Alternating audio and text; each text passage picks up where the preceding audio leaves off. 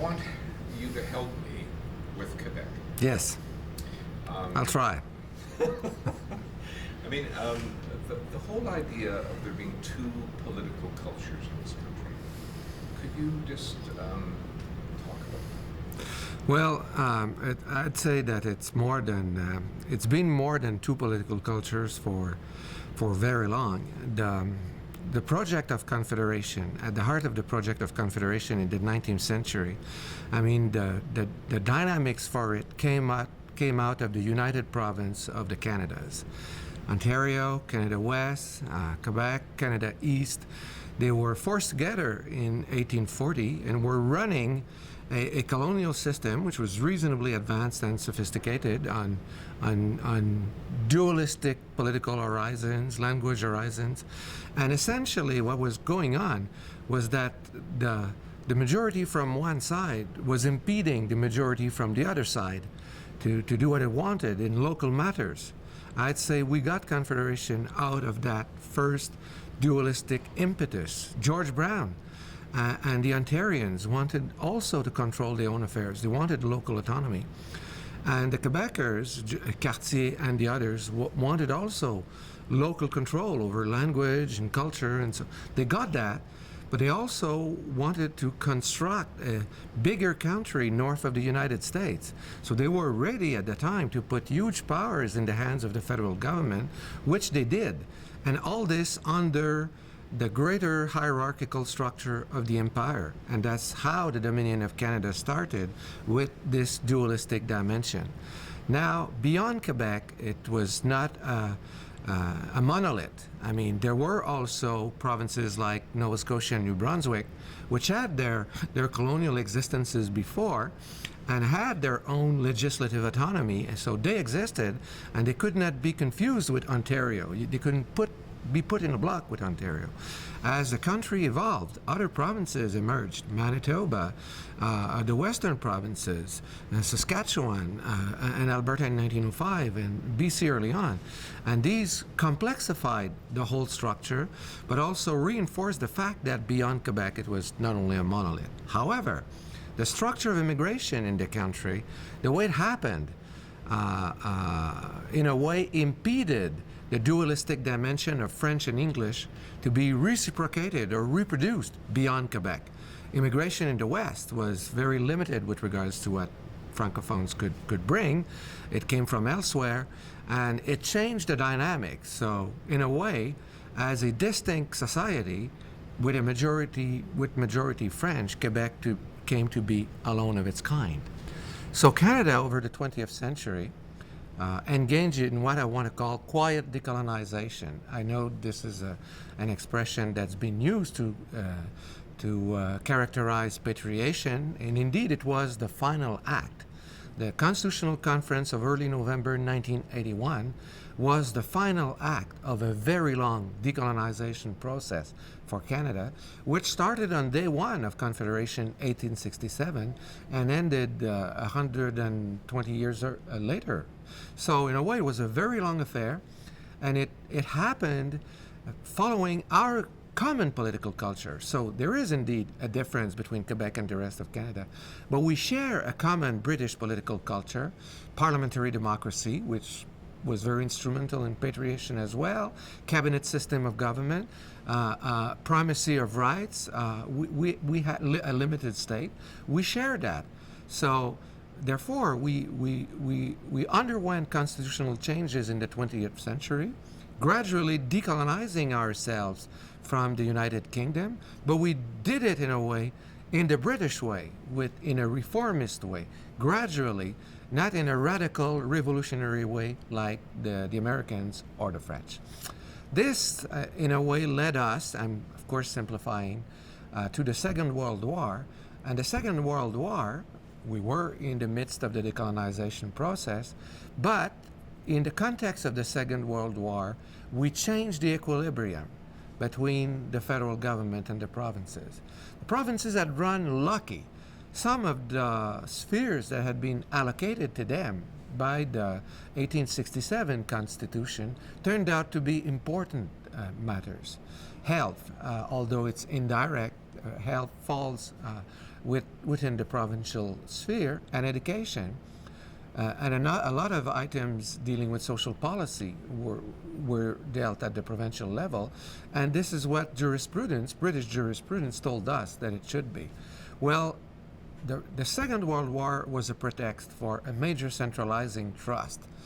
Emergency powers were used during the Second World War to do, in a way, in extraordinary circumstances, what Ottawa would have wanted to do prior to the war, that is, greater centralizing powers for the federal government in social and economic policy. So this led to important elements of what you could call the nation-building dimension of the federal government. We got citizenship in 47. We abolished the appeal to the Judiciary Committee of the Privy Council in 49, and we strengthened the backbones of our own welfare state dominated by Ottawa. Quebec was resisting to this. Quebec was a conservative society which had urbanized, it had industrialized, but its political superstructure was still pretty much dominated by conservative Catholic forces and by a semi-authoritarian regime led by Maurice Duplessis. And this regime played a sort of defensive, autonomous role, resisting the attempts at centralization by the post-war Canadian government. All this changed, of course, with the Quiet Revolution. Starting in 1960, the process of political modernization of Quebec accelerated. We call this in the social sciences brutal and late modernization. Society changed very rapidly, and this society, these social changes brought with it two things. The state was used as an agent of change as well in Quebec, just as it had for Canada as a whole 15 years earlier. So Quebec built its own welfare state. It did that during the Pearson years in a confrontational struggle with the federal government over the redesigning of federation. And Quebec was the major agent for a constitutional change that would have given greater powers to provinces. And it did that not only as a kind of dialogue within the federation, but it did that also fueled by a redefinition of Quebec nationalism. More outward looking, but also in the context of global decolonization, very much tempted by an idea of a state of its own. The elites of Quebec, the modernizing elites of Quebec, of course I'm simplifying somewhat, were divided about the end point of modernization for Quebec. You could say that one group, I identified three groups. One group thought that the end goal was clear and simple, and that's final decolonization, and that's a Quebec nation state. The Parti Québécois, founded in 1968, and Mr. Lévesque himself were embodying this figure.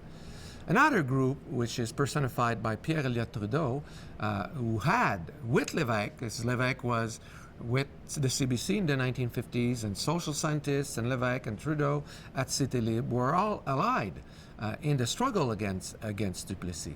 But Trudeau, for a variety of reasons, many of them dealing with his own story in war times, when he was, a man in his 20s, tempted by all kinds of things, aloof from the crisis of World War II and so on, and at a distance, considering his bicultural identity with the atmosphere of the late 1940s Quebec. Out of his education, Mr. Trudeau was also a very rich man, independent.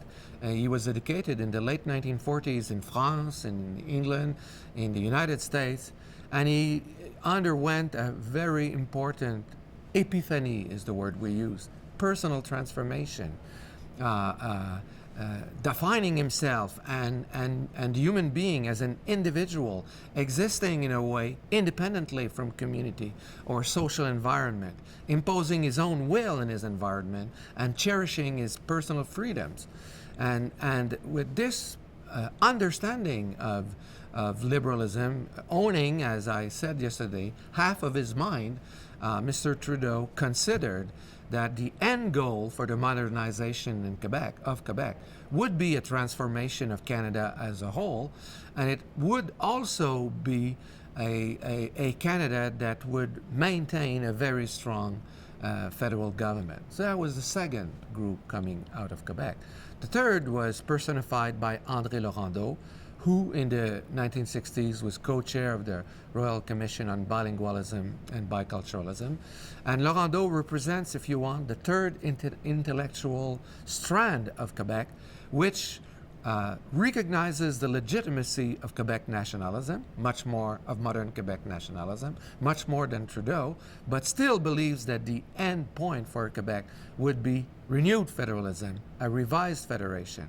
And therefore, the struggles between these three strands of Quebec social, political, and intellectual life, Lévesque, Trudeau, and Laurendeau, pretty much symbolized the dynamic forces that were at play in Quebec and that were not the sole agent for constitutional change in Canada in the late 70s and early 80s. There were other agents.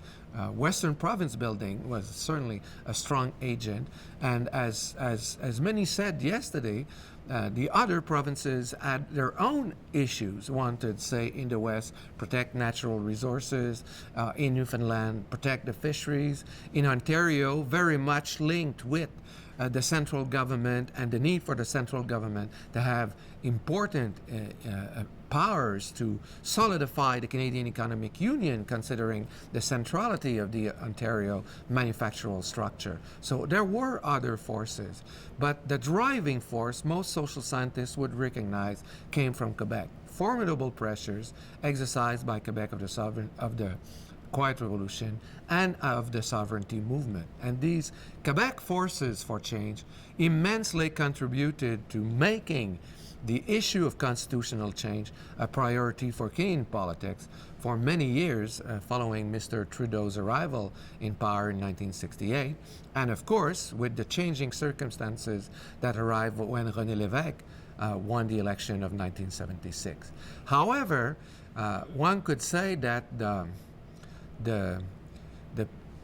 strength of Quebec nationalism as an agent of change for Canadian federalism, that in a way the moment where Quebec could use its social forces to obtain some kind of constitutional change that would favor its interests, the window of opportunity for that was, we could say that, and of course it's easy a posteriori, it was when Mr. Lévesque won in 1976 and prior to his losing the referendum of the fact that he lost the referendum of 1980 very substantially changed the power struggle between these various forces, substantially weakened Mr. Lévesque, left in play the neo-federalist or the renewed federalist forces, which were at the time represented by Claude Ryan, the leader of the Quebec Liberal Party, and of course the Canadian Nation Building Project, which was represented by Pierre Trudeau. So, accelerating the pace, these forces, the struggle between Lévesque and Trudeau, and the changing power relationship between them following the Quebec referendum, and the other agents for change elsewhere in Canada, ultimately got together in a judiciary and political contest that many of your spokespersons here at the conference explained to you. All of this came to its final concentration in the first week of November 1981, where, following a story that evolved in a multiplicity of ways following the Quebec referendum, a gang of 8, provinces uniting against Mr. Trudeau, but Mr. Trudeau securing 2 provincial allies, New Brunswick and Ontario, and the very powerful machinery of the federal government bureaucracy reorganizing itself, changing its strategy, using the card of unilateralism to force the others, to try to force the issue, and Quebec trying to play the game, but to play the game with a very weak set of cards, having been weakened by the loss of the referendum, having to portray itself as a trustworthy federalist player when its first point of its program was sovereignty. So Quebec played rather intelligently its cards as a federalist player until the week of November 1, November 5, 1981. As I said yesterday, I think that all in all, in these 2 years, the Quebec government, although it played reasonably as a member of the Gang of Eight, it made a number of crucial mistakes. It did not integrate Claude Ryan, who had legitimacy as the major defender of renewed federalism in Quebec. It did not play well its veto card. Many constitutional authorities, including Peter Russell and who's here at the conference, and the late Donald Smiley, thought without a doubt that Quebec had a veto right. But Quebec contributed, at least a conventional veto, Quebec contributed to diluting the idea that it had a veto by accepting on April 16, 1981, a constitutional amending formula that denied the existence of a veto altogether. So it mismanaged, I would say, the veto issue. And to come to the crux, it played very badly at the Constitutional Conference of 1981. But those, for me, are mitigating circumstances. Yes, Mr. Lévesque played badly. However, in the end,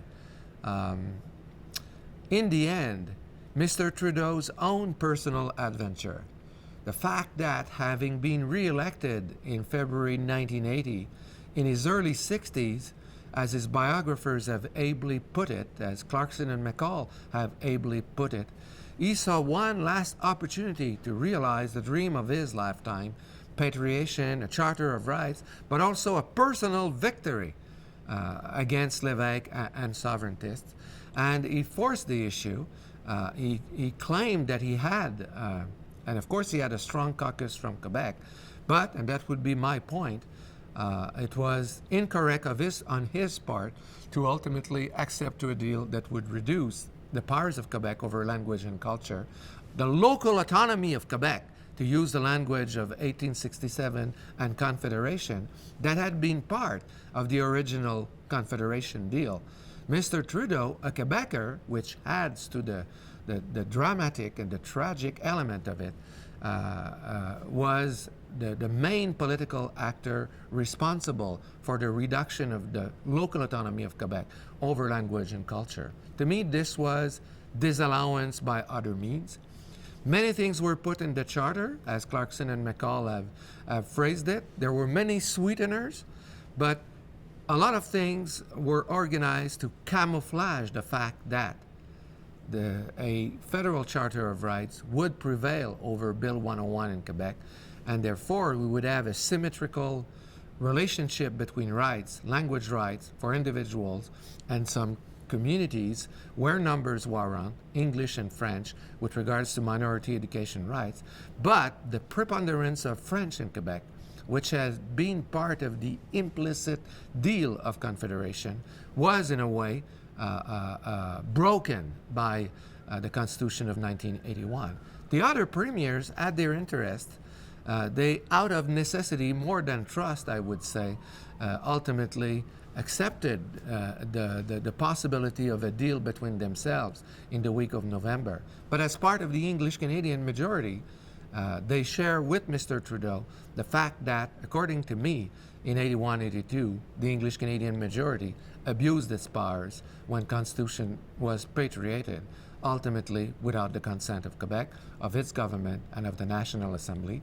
And 30 years later, although we have had good faith attempts to change that, it still remains, as we talk today, November 5, 2011, 30 years later, it remains our situation. I call this a form of exile. Quebecers are exiled but they're not exiled in Australia or in Russia. They're exiled in their own country. They're constitutionally exiled living in Canada. Was the Gang of Eight and Lévesque's participation in it a Faustian kind of bargain that went wrong? Who sold his or her soul in this project? I come back to my point. Lévesque and Quebec mismanaged the veto issue. This was a crucial point. 3 days following the re-election of Lévesque, on April 16, 1981, Lévesque is re-elected. Ryan has a very bad campaign, and Lévesque is re-elected on April 13.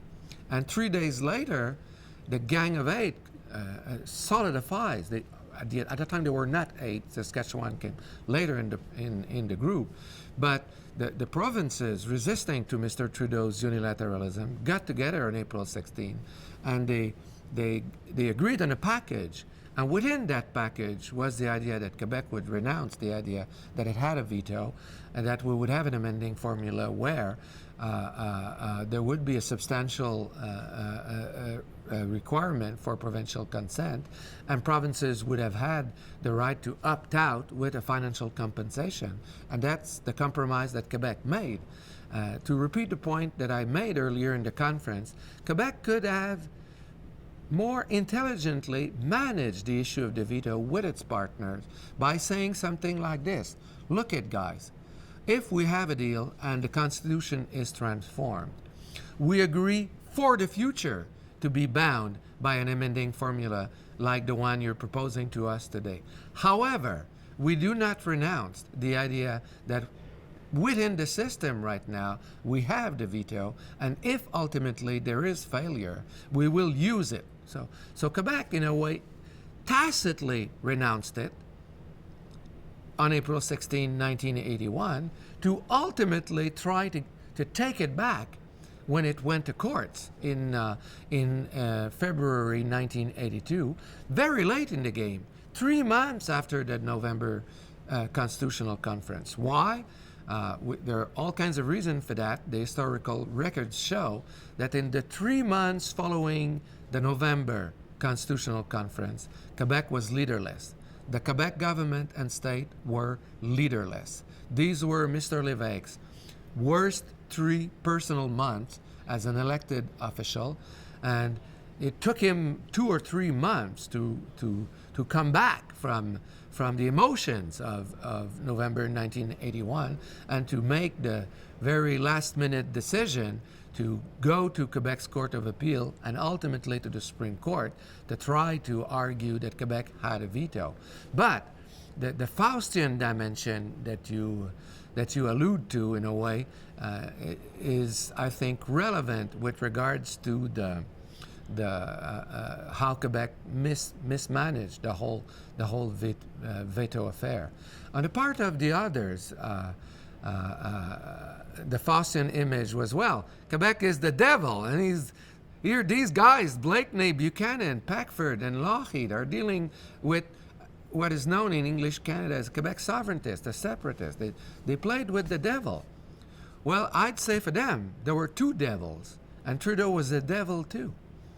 Both Trudeau and Lévesque, as was shown here, were in a way strangers to them. They both came from Quebec. All the other premiers were aware, as was repeated here, when they were gathering or at Sussex Drive or at conferences. Because of the structure of constitutional conferences, Lévesque would be at Trudeau's left and Bill Davis would be on his right. Trudeau and Lévesque dated back to the early 50s. They had a very strong personal story. They had fought together. Some of their best personal friends, like Laurando or Gérard Pelletier, were common friends. Although their education, although they didn't come from the same social environment, Lévesque from the Gaspé and Trudeau from the Montreal bourgeoisie, nevertheless, they were very much Quebecers, the 2 of them. And the other premiers, felt estranged. They felt as not part of what was going on. So in a way, for them, there were two devils, and in the end, they took the lesser one for them, for their interests and perspectives. Do you think the Western premiers, let's say, well, not just the Western premiers, but let's say people like Peckford, Lougheed, Bennett, kind of cowboys in a way, understood Quebec, the dimensions you've just described, or were they kind of operating blind to that history? They were not operating blind to that history.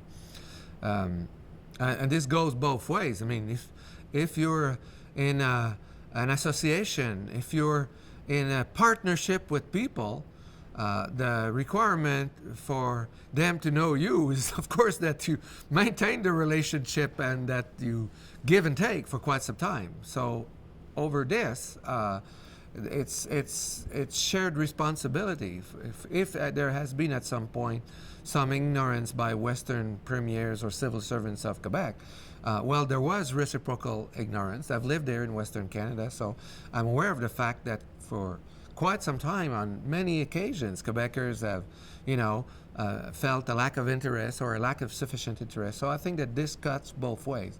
But from what we know of the historical records, the premiers, their ministers, their civil servants, engaging in the hundreds of conferences and meetings and so on of executive federalism, dating back to the late 60s and throughout the 70s, maybe not necessarily being fluent, for instance, in French, although some of them were, and not necessarily having been educated in Quebec or having lived in Quebec, they were fairly sophisticated about their knowledge of what was going on the other side of the Canadian duality. And this struck me here at this conference when you hear the voice of Don Stephenson, who was Deputy Minister of Ontario, Peter Mickelson, Howard Leeson, that, these were intelligent men devoted to their duties as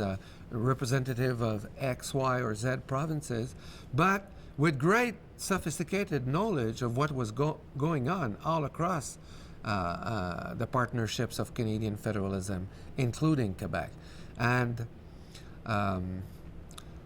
this paradoxically has survived the constitutional estrangement.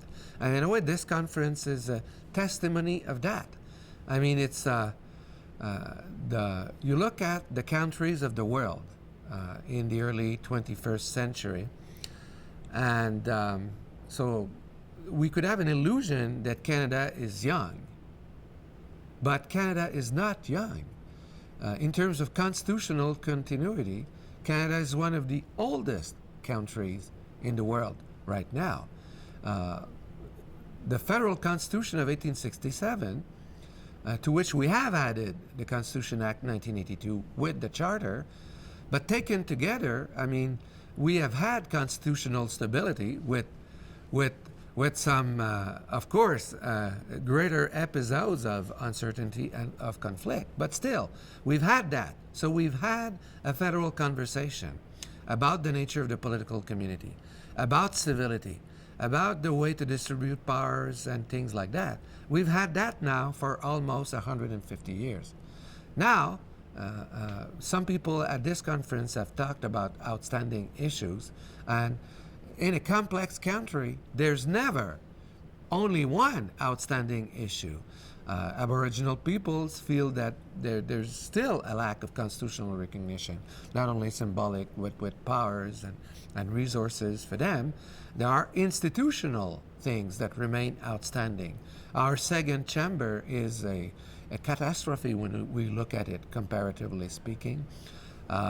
Supreme Court of Canada remains, in a way, I'll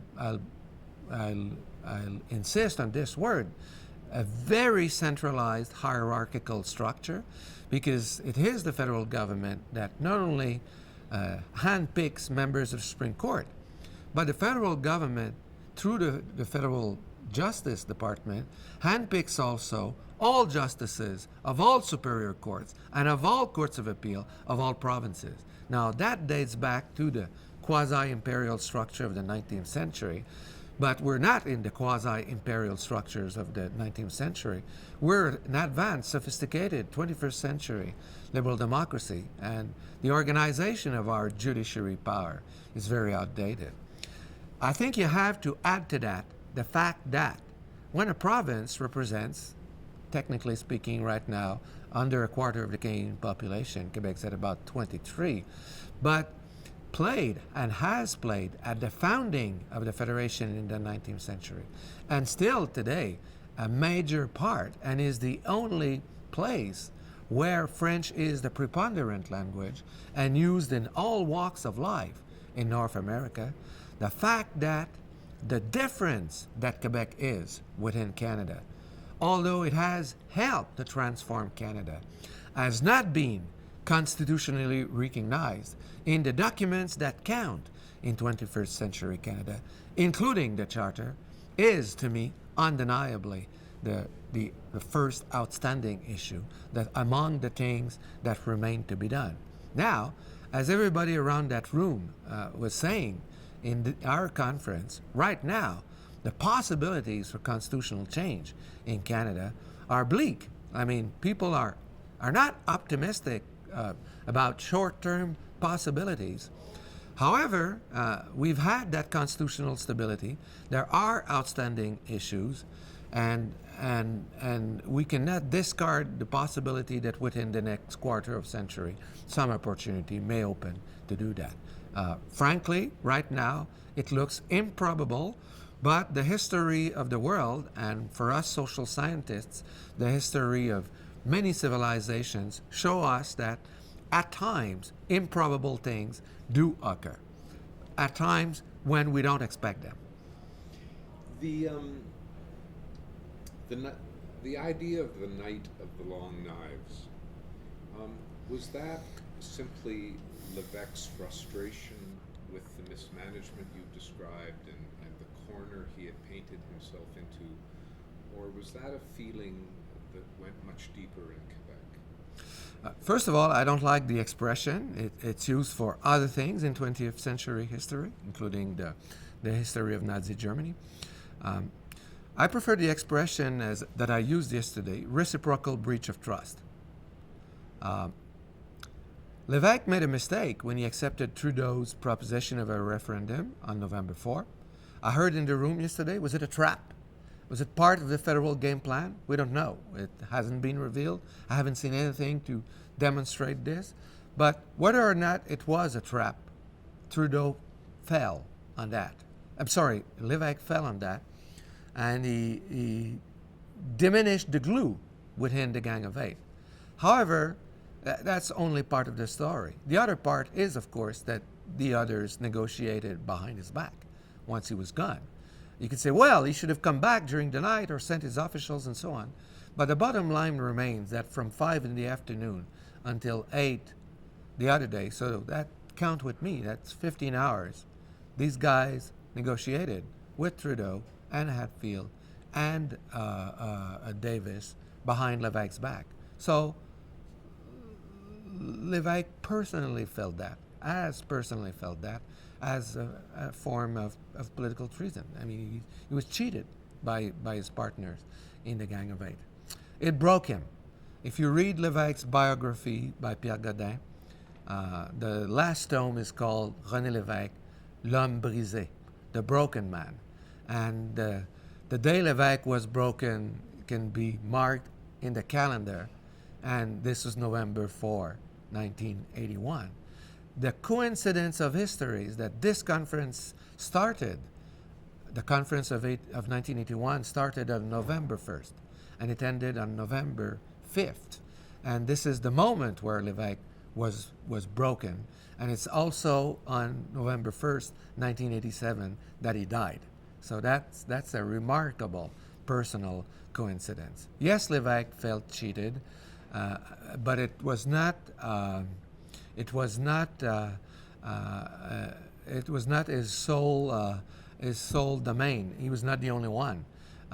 Those who represented renewed federalism, like Claude Ryan, felt as well. Ryan felt abandoned by both Trudeau and Lévesque. Neither of them used his luminaries. His position was not used following the Quebec referendum. And all in all, the idea that following Mr. Trudeau's speech on May 14, 1980 at Paul Sauvé, there will be change. We put our seats here on the line, we the Quebec members of Parliament, there will be change. Come on, Eddie Goldenberg. Come on, Tom Axworthy. Don't tell us about the coherence of Trudeau since the 1950s. Okay? Context matters. And when Trudeau said that, the context was very clear. The context was formed by the Pepin-Robarts report, by the Beige paper, by A Time for Action, and as Trudeau's former speechwriter, André Burel, has said it in a couple of books, it was quite clear in Quebec on May 14, 1980, what was the meaning of renewed federalism. There will be change. And this didn't mean that the federal government would abandon everything, but it certainly meant that there would be a form of recognition of Quebec as a distinct society, that its powers in language and education would be safeguarded, if not augmented, and that there would be some things done with regards to the division of powers. Well, nothing was done with the division of powers. Quebec's powers over education were reduced, and nothing was done in terms of the symbolic recognition of Quebec's unique place within Canada. So in a way, Mr. Trudeau voluntarily spoke in an ambiguous fashion on May 14, and to me, this is, all in all, in a conference where we have talked about trust a lot. To me, that is the most important breach of trust. Trudeau broke his word in the way he patriated following the Quebec referendum. He broke his word from what he had more or less identified as the structure and form of change that he talked about on May 14. So, to end, maybe, René Lévesque is a greatly popular person in Quebec. He is part of the folklore of even today contemporary Quebec. My kids who are in their early 20s, they know groups, musical groups that I don't necessarily know much about, but these youngsters, very much modern, all kinds of 21st century music, but they write songs about René Lévesque. René Lévesque is a folk hero. Trudeau, not necessarily much liked, respected as a great prime minister, undeniably, and courtoisie of Jean Chrétien. We have an airport, although we don't like it, that has his name. Claude Ryan, I'd say, is a lost figure. We hear less of him, although in retirement, in the intellectual circles of Quebec, he had a very distinguished career as a retired person. So Lévesque is a folk hero in Quebec. He's part of popular culture.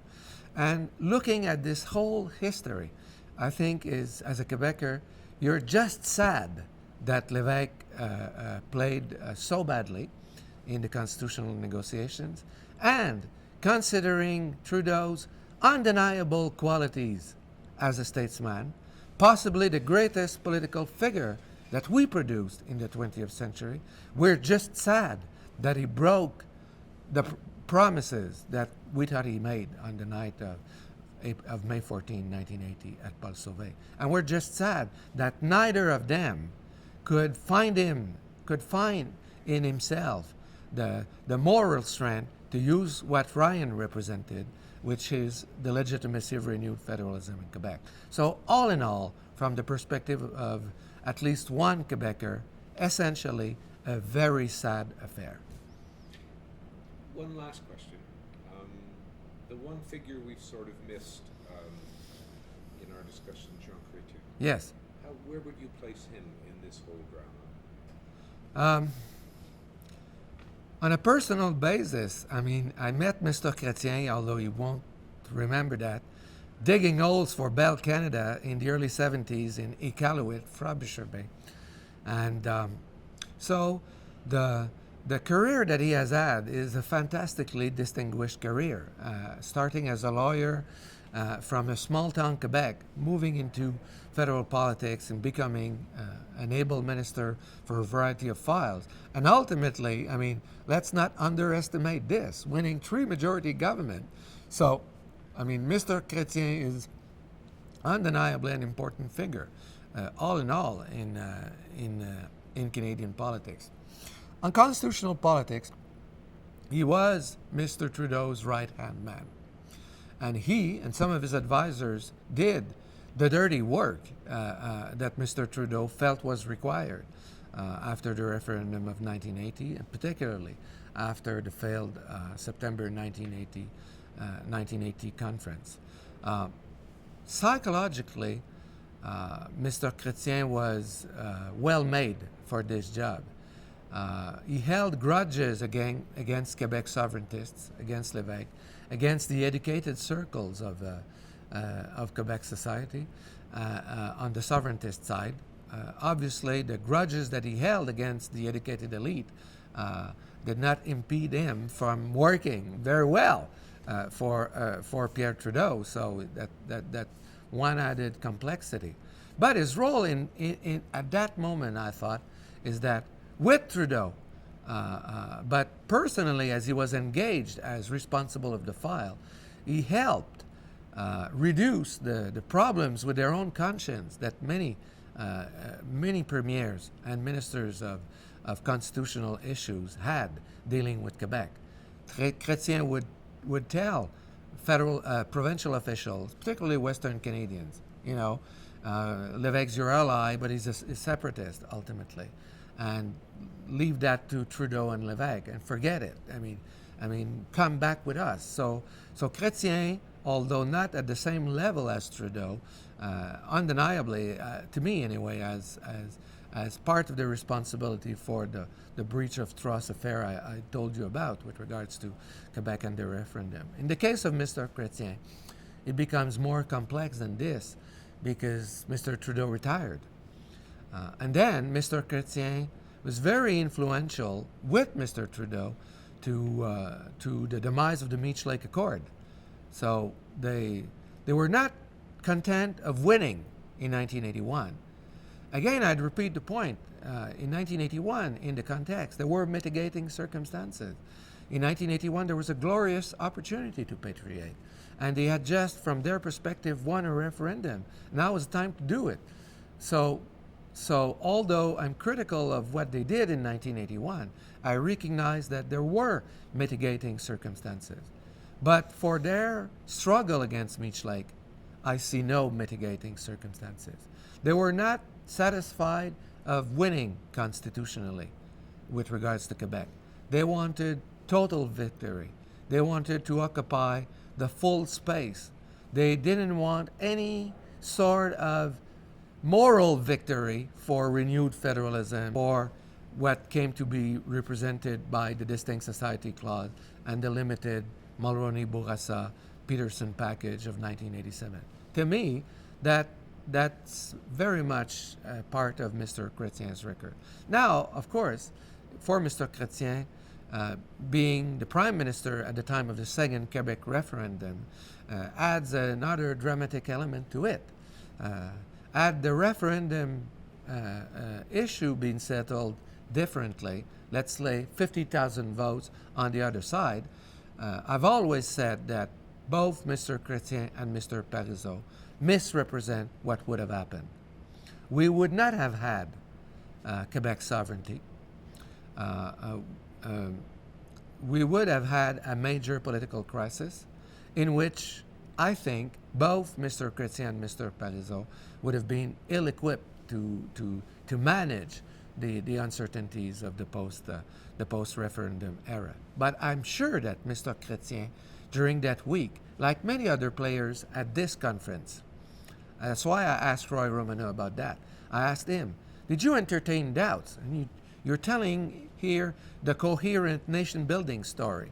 1981 as the rah rah rah last element of cementing the new Canadian nation, and however, and they seem to be pretty confident that they had no regrets over what was done. But during the week of October 23 to October 30th, 1995, when their whole political world seemed to unravel, I'm sure that they thought about the constitutional negotiations of 1981. And in their heart of hearts, I hope that one day they will write about these things and they will be more explicit about the kinds of doubts that were present on their conscience. Now, 16 years later, following the second referendum, in a completely transformed political environment, I think it's rather easy for them to say that they have no regrets and they're very happy to have patrioted, enshrined a charter, and won against Quebec sovereigntists. But I think that in their heart of hearts, they know that for at least 1 week, in late October 1995, they had great doubts. To me, for now, that's going to be enough. I know that this system still has outstanding elements to be done. It remains, although on the surface, a stable political system. It has some weak elements. The absence of Quebec, to me, being the number one, and I don't know when, but I'm pretty sure at some point. In which political circumstances, I do not know, but it will come back. Why will it come back? Simply because of the historical and geographical centrality of Quebec and the continuity of its role ever since the federal founding in the 19th century. Wonderful. Wonderful.